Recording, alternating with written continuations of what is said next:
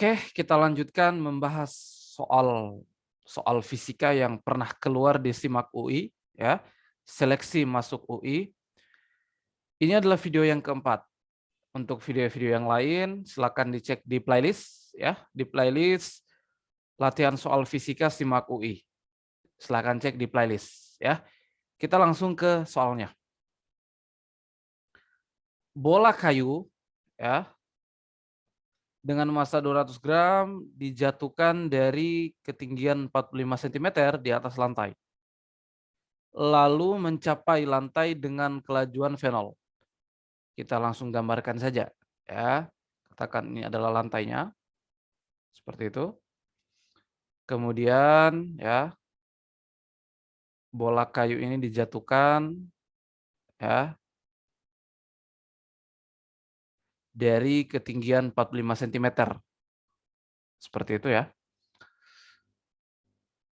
Lalu mencapai lantai dengan kelajuan V0. Oke, mencapai lantai ya, dengan kelajuan V0. Nah, atau kita gambarkan saja begini ya. Kita gambarkan saja, nah seperti itu. Kemudian V0, gitu ya.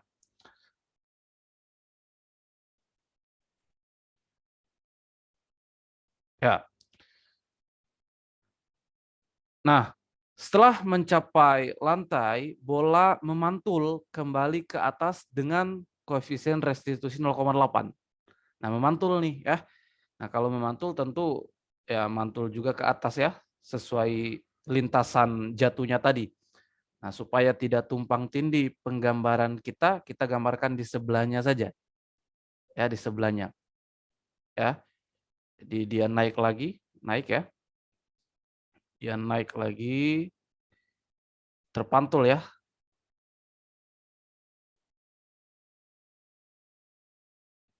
Terpantul. Seperti itu ya. Sekali lagi ini harusnya pantulannya ya, atau bola setelah memantul itu lintasannya sama dengan jatuhnya tadi. Nah, tapi supaya gambar kita tidak saling tumpang tindih, kita gambarkan di sebelahnya saja, seperti itu ya. Nah, dengan koefisien restitusi 0,8 ya, jadi koefisien restitusinya adalah 0,8 gitu ya. Nah, ini berarti kecepatan bola setelah tumbukan, kita misalkan saja dia V aksen ya, seperti itu. Itu kecepatan bola setelah tumbukan. Nah, sebelum tumbukan V0 ini ya, sebelum tumbukan V0, setelah tumbukan V aksen. Nah, pada pantulan keberapakah kelajuan bola ya, pada pantulan keberapakah kelajuan bola setelah pantulan ya. Jadi pada pantulan keberapakah kelajuan bola setelah pantulan ya, artinya kelajuan bola setelah tumbukan ya, menjadi sekitar 51% dari kelajuan V0. Nah, kita mau cari pada pantulan keberapa ya, kelajuan benda setelah tumbukan itu menjadi 51% dari V0 alias 0,51 ya, V0. Nah, sekitar ya, sekitar. Jadi dia akan mendekati ya, seperti ini. Ya. 0,51 dari V0. Oke. Nah, ini kan akan terjadi pantulan beberapa kali atau tumbukan beberapa kali antara bola dengan lantai, ya kan? Nah, itu pantulan pertama nih. Ini pantulan pertama ya. Ini adalah pantulan pertama ya. Pantulan pertama nih. Oke. Nah, tentu ya, kita gambar lagi di sini. Ini dia akan sebenarnya dia memantul di lintasannya itu ya. Lintasannya sama, tapi supaya sekali lagi gambarnya kita tidak tumpang tindih, kita gambar lagi di sebelahnya ya, untuk pantulan berikutnya. Nah, tentu bola ini kan naik nih ya, naik dengan kecepatan setelah tumbukan atau kecepatan naiknya itu V aksen. Nah, sampai di ketinggian tertinggi ya, atau di titik tertinggi, katakanlah di sini begitu, katakanlah di sini ketinggian tertingginya, tentu tidak akan sampai lagi ya, tidak akan sampai lagi pada ketinggian jatuhnya tadi, start jatuhnya tadi tidak akan sampai di situ ya, akan kurang dari situ. Ya, katakanlah di sini ya. Nah, ketika mencapai titik tertinggi, kecepatannya kan nol ya. Kecepatannya nol, kemudian jatuh lagi. Jatuh sebagai gerak jatuh bebas tanpa kecepatan awal ya, tanpa kecepatan awal. Nah, jatuhnya itu kan nanti menembuk lagi lantai ya, itu tumbukan kedua. Jadi di sini tumbukan kedua ya. Kita gambar di sini saja. Nah, ini bolanya ya jatuh nih ya, jatuh lagi ya. Oke. Oh iya, sebelum itu kita coba lihat dulu nih. Sebelum kita lanjutkan menggambarkan gerakan tumbukannya, kita coba lihat dulu koefisien restitusinya ini ya. Kita tahu koefisien restitusi itu adalah ya negatif ya V2 aksen kurang V1 aksen ya per V2 kurang V1 gitu ya.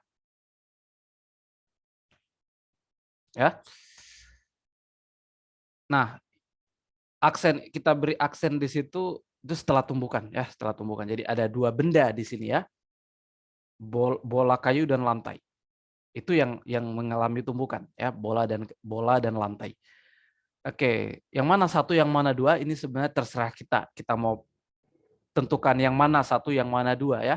Oke, kita misal saja ya, kita misal saja bola kayunya yang satu ya. Jadi bola yang satu, benda satu ya, lantai yang benda dua. Nih, kalau tertukar boleh nggak? Boleh saja ya, boleh saja. Nah, pada lantai, lantai itu kan tidak bergerak lantai ya. Maka ya kecepatan atau kelajuan ya, besar kecepatan atau kelajuan lantai sebelum tumbukan dan setelah tumbukan tentu nol. Karena lantai tidak kemana-mana kan. Yang bergerak itu hanya benda pertama atau bola. Lantai itu diam, sehingga sebelum tumbukan dan setelah tumbukan, kelajuan lantai itu nol. Ya. Sehingga persamaan ini ya kita bisa lanjutkan lagi. Ini jadi nol ya, V2 aksen dan V2-nya nol, maka ini menjadi V1 per negatif V1. Gitu ya. Atau E sama dengan ya negatif ya V1 aksen per V1. Nah, itu dia. Ya. Nah, ini ya E-nya kan 0,8 ya, sama dengan negatif ya gini ya. Ini kan kalau kita bicara tumbukan, ini kita bicara di situ ada variabel kecepatan dan itu adalah besaran vektor. Maka arahnya juga menentukan ya. Ini kan kalau di materi tumbukan itu arah kecepatan itu menentukan tandanya. Ya, kalau kita pakai koordinat kartesian misalnya yang ke bawah itu yang negatif ya karena sumbu Y negatif, yang ke atas positif ya. Maka V0 ini kan ke bawah nih ya. Kecepatan saat menyentuh lantai pada tumbukan pertama ya, itu ke bawah maka dia negatif. V1 aksennya kecepatan ya bola setelah tumbukan. Kecepatan bola setelah tumbukan dia kan ke atas, maka dia positif. Jadi ini V1 aksennya ya. Nah, ini pada tumbukan pertama. Ya, sehingga ini menjadi ya ya V1 aksen per V1 per V0, sorry. Ya kan? Karena V0-nya kan negatif. Negatif ya ketemu negatif jadi positif ya. Oke. Maka kita punya persamaan, ini persamaan sangat penting sekali ya, bahwa V1 aksen sama dengan V0,8 V0. Nah, ini akan berlaku setiap kali tumbukan. Bahwa kecepatan benda atau kecepatan bola setelah tumbukan ya, itu 0,8 kali kecepatan benda sebelum tumbukan. Nah, itu dia ya. Jadi V1 aksen ini kecepatan benda setelah tumbukan atau besar kecepatan ya, atau kelajuannya setelah tumbukan. V0 itu kecepatan sebelum tumbukan. Dari persamaan ini akan berlaku tetap setiap kali tumbukan, bahwa kecepatan benda setelah atau besar kecepatan atau kelajuan benda setelah tumbukan sama 0,8 kali kelajuan benda sebelum tumbukan. Nah, sekarang kita lihat tumbukan pertama. Nah, tumbukan pertama tentu berlaku ini. Ya, bahwa V1 aksen, ini V1 aksen sama 0,8 V0. Nah, sekarang tumbukan kedua bagaimana? Ya, itu ya. Nah, supaya kita dapat nanti, kalau kita akhirnya memperoleh angka 0,81 dari V0, maka kita berhenti di situ, itulah tumbukan keberapa, itulah jawabannya. Ya, atau pantulan keberapa, itulah jawabannya. Ya, ketika kelajuan benda setelah tumbukan sudah mencapai 0, ini 51 V0, sekitar 0,51 V0 ya. Nah, kita kembali ke penggambaran kita tadi. Kita kembali ke penggambaran kita. Jadi V1 V1 aksen kecepatan benda kelajuan benda setelah tumbukan naik sampai ke titik tertinggi, dia jatuh. Jatuhnya kita gambarkan di sini ya. Jatuh untuk menumbuk lantai menjadi tumbukan kedua. Nah, kita gambarkan di sini ya. Nah, berapa kelajuan benda pada tumbukan kedua ini sebelum tumbukan ya? Jawabannya adalah V ya. Jawabannya adalah V1 aksen. Nah, ya. Adik-adik ingat materi gerak vertikal ke atas ya. Kalau dia naik dengan kecepatan V1 aksen, ini ya, dia naik dengan kecepatan V1 aksen ini ya. Sampai di titik tertinggi kecepatan 0 kemudian jatuh, mengalami gerak jatuh bebas. Nah, jatuhnya itu ketika menumbuk lantai atau menyentuh lantai, kecepatannya sama dengan kecepatan naiknya tadi. Jadi V1 aksen ya. Nah, sekarang pantulan kedua. Jadi bolanya naik lagi, terjadi pantulan kedua ya, pantulan kedua. Seperti itu. Kita tulis saja di sini V1 double aksen ya. Kelajuan benda setelah tumbukan ya, setelah tumbukan kedua atau setelah pantulan kedua ya, setelah tumbukan kedua atau pantulan kedua. Itu kelajuannya ya. Nah, ini persis lagi akan berlaku sama ya. Nanti dia mencapai ketinggian maksimum kemudian jatuh lagi ya. Oke, kita gambar lagi di sini. Mencapai ketinggian maksimum kemudian jatuh lagi, jatuhnya itu ya kecepatannya sama dengan kecepatan naiknya ya. Nah, kemudian ya terjadi pantulan ketiga di sini sehingga bola naik lagi ke atas ya. Bola naik lagi ke atas. Kita sebut saja dia V triple aksen ya. Di kelajuan benda setelah tumbukan ketiga atau pantulan ketiga. Nah, coba kita hitung masing-masing ini ya. Jadi kalau V1 aksen kita sudah punya ini. Nah, sekarang V1 double aksennya ya. V1 double aksen sama konsepnya. 0,8 kali kelajuan benda sebelum tumbukan. Kelajuan benda sebelum tumbukan adalah V1 aksen ini ya. Ini sebelum tumbukan, ini setelah tumbukan. Ini sebelum tumbukan, ini setelah tumbukan. Kan gitu ya.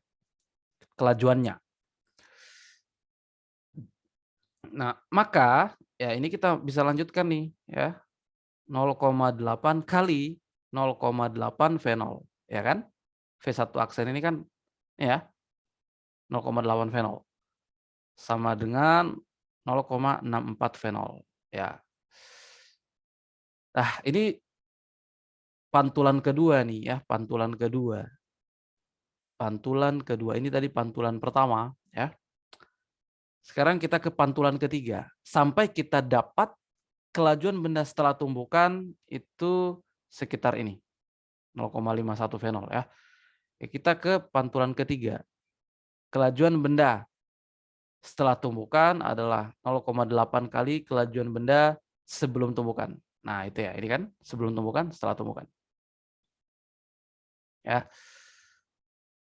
Ini menjadi ya 0,8 kali 6,64 sorry, kali 0,64 V0. Ya, kita kali saja ya, kita kali 64 kali 8 ya kan? Ya, 32 ya, 48, 51. Jadi sini komanya ya. Nah, ini hasilnya adalah 0,512 V0. Nah, ini ya, kelajuan pada pantulan keberapa, kelajuan bola setelah tumbukan atau setelah pantulan, ya ini ya, kelajuan benda setelah pantulan kan yang ini, yang ada aksennya ini ya, sekitar 51% atau 0,51 dari V0. Nah ini ya, ini pantulan ketiga, sekitar 51%. Ini ya, ini tadi.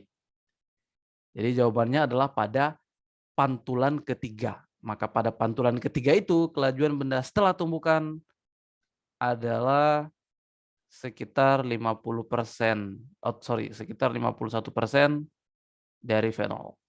Itu dia. Yang perlu diingat di sini adalah konsep gerak vertikal ini ya, bahwa ketika dia naik dengan kelajuan V1 aksen, maka jatuhnya itu ketika menyentuh lantai juga sama kelajuannya ya, besarnya sama V1 aksen, hanya arahnya berlawanan. Begitupun ini ketika dia naik dengan V1 double aksen, jatuhnya juga ketika menyentuh lantai sama V1 double aksen, sama nilainya ya. Jadi kalau saya coba gambarkan lagi di sini tentang konsep gerak vertikal ya. Gerak vertikal, kalau ada benda dia naik dengan besar kelajuan atau kelajuannya 10 meter per sekon, ini kan naik nih, naik sampai ketinggian maksimum ya, sampai ketinggian maksimum. Ya, sampai ketinggian maksimum. Dia jatuh, jatuhnya itu mengalami gerak jatuh bebas ya. Jatuhnya menyentuh lantai itu persis sama, kelajuannya 10 meter per sekon. Nah, sama dengan kelajuan naiknya tadi. Itu yang harus adik-adik pahami ya. Itulah yang diterapkan di sini. Oke. Sebenarnya ada cara lain juga ya, ada cara lain. Kadang tapi itu cara lain lumayan panjang juga ya. Kan ini kita punya besaran ketinggian, kita punya besaran massa yang tidak kita gunakan di sini. Ya. Nah, lebih efisien ya, lebih efisien pakai cara ini. Oke, sampai bertemu di soal fisika SIMAK UI berikutnya.